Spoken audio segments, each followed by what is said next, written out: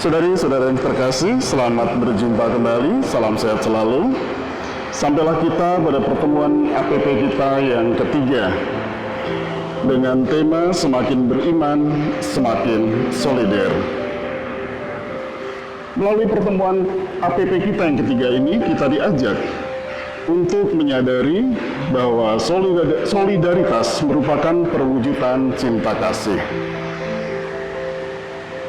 Dan kita diajak untuk semakin mampu menghidupi serta mewujudkan semangat solidaritas ini dalam kehidupan kita sehari-hari. Terlebih di masa pandemi COVID-19 ini yang berdampak luar biasa berat, tidak hanya pada persoalan kesehatan, tetapi juga persoalan ekonomi dan sosial. Sebagai orang beriman, kita ditanya, apa yang harus kita lakukan? Hidup beriman menuntut kita agar mewujudkan iman itu secara nyata dengan perbuatan.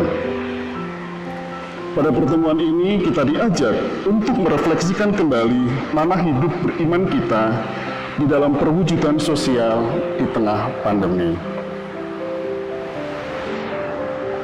Untuk itu, mengawali pertemuan kita pada hari ini, marilah kita sejenak, kita menyatukan hati kita, mengundang Tuhan untuk hadir di tengah-tengah kita dan memohon penyertaan Tuhan di dalam pertemuan kita hari ini. Marilah berdoa. Dalam nama Bapa dan Putra dan Roh Kudus. Amin.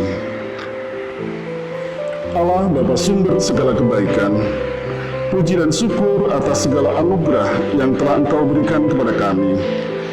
Sekarang Engkau berkenan mempertemukan kami melalui daring.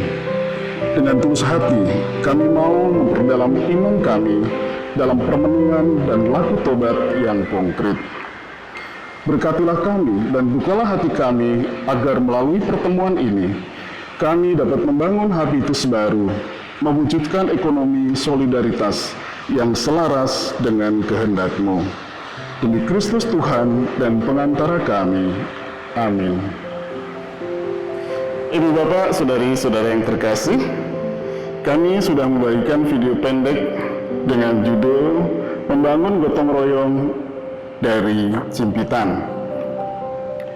Jimpitan merupakan sebuah tradisi mengumpulkan beras dalam suatu wadah kecil yang kemudian digantungkan di depan atau di samping rumah warga yang biasa dilakukan itu di desa atau di kampung.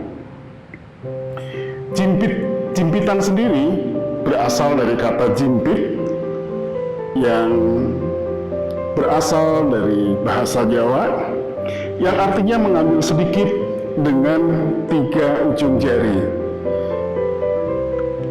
Beras yang biasanya yang dikumpulkan itu berupa beras, dan beras yang terkumpul kemudian dijual ke warga, dijual kembali ke warga yang membutuhkan dengan harga yang sangat murah di bawah harga pasar. Pada perkembangannya, jimpitan tidak hanya berupa beras, namun berubah atau ada juga yang melakukannya dengan berupa uang. Uang yang terkumpul kemudian dibelanjakan menjadi berbagai kebutuhan pokok, dan kemudian barang itu dijual kembali dengan harga yang murah kepada masyarakat yang membutuhkan. Kegiatan semacam jimpitan ini sudah juga dilakukan di Paroki Santo Gabriel yang saat ini dilakukan oleh teman-teman kita dari SSP. Mereka mengumpulkan donasi dari umat dengan menyebarkan amplop-amplop SSP, dan kemudian dana yang terkumpul dibelanjakan menjadi barang kebutuhan pokok yang kemudian dijual kembali kepada umat yang membutuhkan.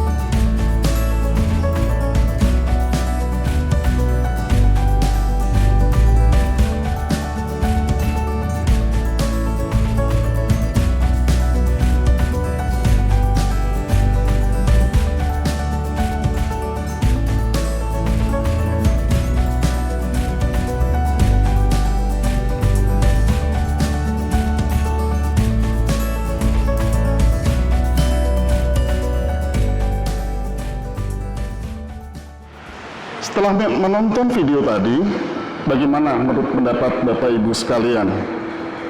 Apakah aksi jimpitan beras masih relevan di zaman sekarang?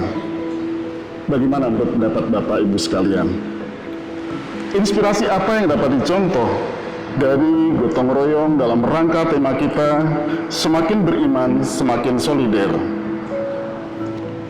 Bandingkan gotong royong ini dengan kotak APP yang dibagikan dalam setiap keluarga. Nilai-nilai apa yang mau ditampilkan dalam aksi tersebut? Ibu, Bapak, saudari-saudara yang terkasih, marilah kita bersama-sama menggali inspirasi dari terang kitab suci yang diambil dari Injil Lukas 19 ayat 1 sampai dengan 10. Bacaan diambil dari Lukas 19 ayat 1 sampai 10. Yesus masuk ke kota Yeriko dan berjalan terus melintasi kota itu. Di situ ada seorang bernama Zakheus, kepala pemungut cukai, dan ia seorang yang kaya. Ia berusaha untuk melihat orang apakah Yesus itu, tetapi ia tidak berhasil karena orang banyak, sebab badannya pendek. Maka berlarilah ia mendahului orang banyak, lalu memanjat pohon ara untuk melihat Yesus yang akan lewat di situ. Ketika Yesus sampai ke tempat itu, ia melihat ke atas dan berkata, "Zakheus, segeralah turun, sebab hari ini aku harus menumpang di rumahmu." Lalu Zakheus segera turun dan menerima Yesus dengan sukacita. Tetapi semua orang yang melihat hal itu bersungut-sungut. Katanya, "Ia menumpang di rumah orang berdosa." Tetapi Zakheus berdiri dan berkata kepada Tuhan, "Tuhan, setengah dari milikku akan kuberikan kepada orang miskin, dan sekiranya ada sesuatu yang kuperas dari seseorang, akan kukembalikan 4 kali lipat." Kata Yesus kepadanya, "Hari ini telah terjadi keselamatan kepada rumah ini, karena orang ini pun anak Abraham. Sebab anak manusia datang untuk mencari dan menyelamatkan yang hilang." Demikianlah sabda Tuhan.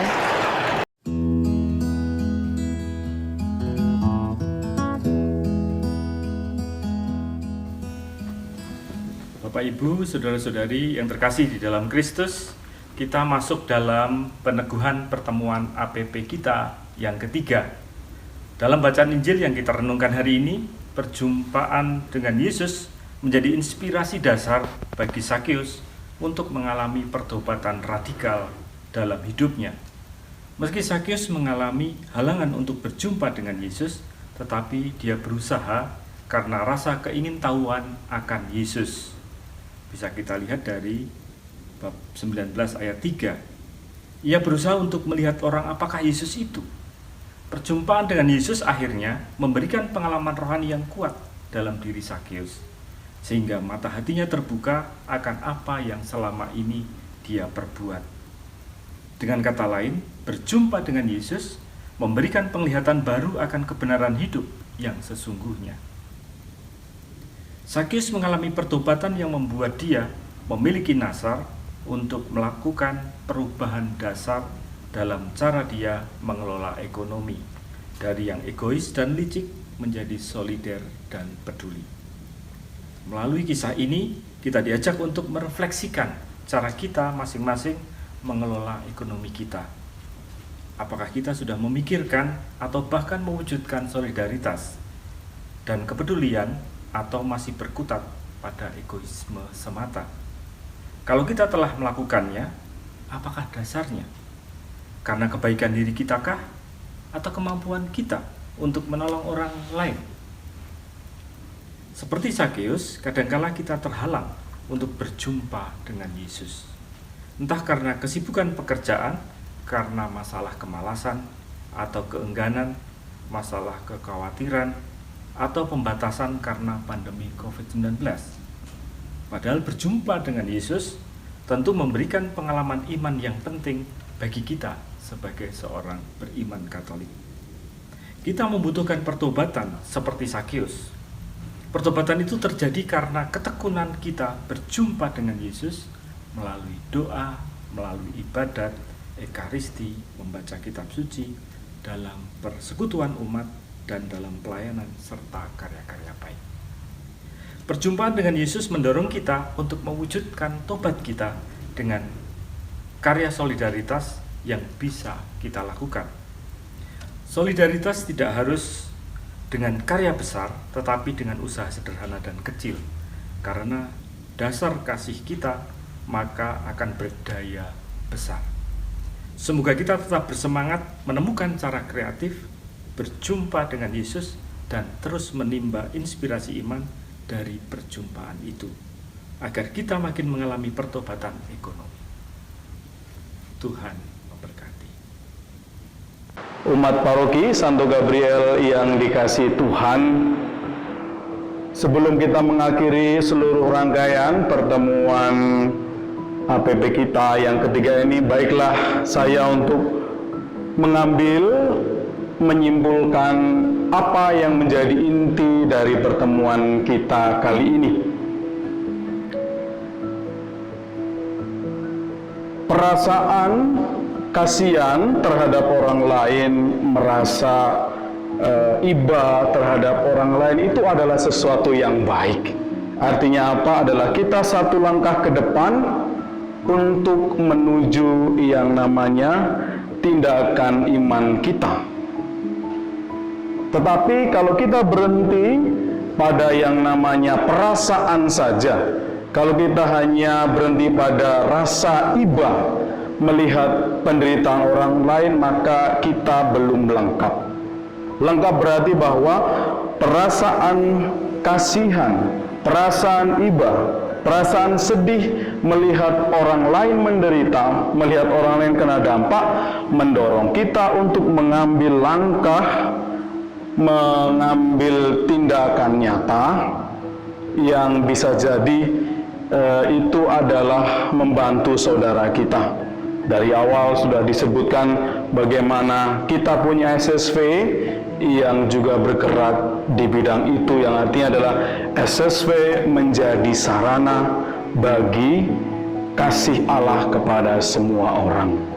Dan kita, umat paroki Santo Gabriel, juga diajak untuk bergerak dari rasa menuju tindakan dalam banyak hal, dalam banyak cara.